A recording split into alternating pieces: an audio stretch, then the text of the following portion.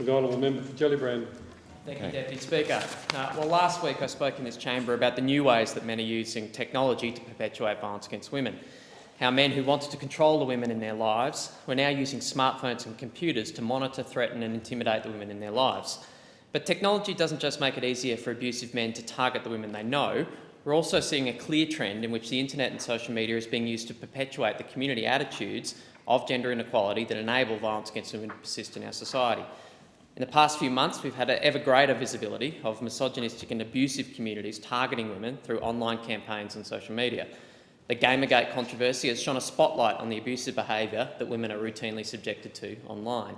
It is now routine for women who are outspoken on issues of gender to be subjected to abuse and threats of violence and rape, accompanied by the new and noxious practice of doxing, in which the home address and other intimate details of women are published online in a way that is designed to threaten and intimidate these individuals.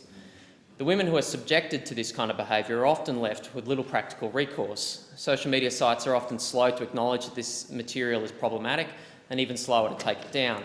In one situation, a site argued that a victim reposting the abusive pictures and text to draw attention to her situation had done so without the written permission of the author and so suspended the victim's account for intellectual property infringement. It is appalling that at present, intellectual property infringement claims seem to attract more prompt and serious attention from online businesses and communities than threats, harassment and misogynistic abuse. Victims also face further barriers when taking complaints to more formal levels of our justice system. Caitlin Roper has recently written about the problems that many women face when taking evidence of their abuse to the authorities.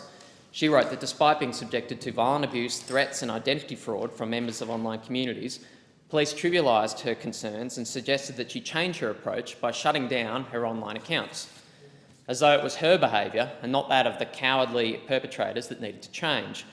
We should be clear that this kind of response is no better than 21st century victim blaming, no better than blaming women who has physically assaulted for provoking the attack through their dress or actions. We urgently need police and policymakers to accept that women are no more responsible for the threats and attacks that they are subjected to online than they are in real life. To stop violence against women, we need to confront the community attitudes of gender inequality that enable it wherever we see them.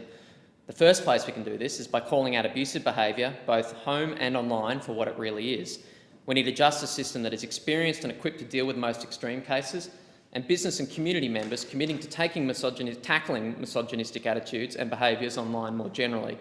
This week we saw the member for Bradfield provide new detail of the operation of the Children's E-Safety Commissioner, a worthwhile initiative. But one needs to ask why our commitment to dealing with abusive behaviour towards Australian women stops when they turn 18.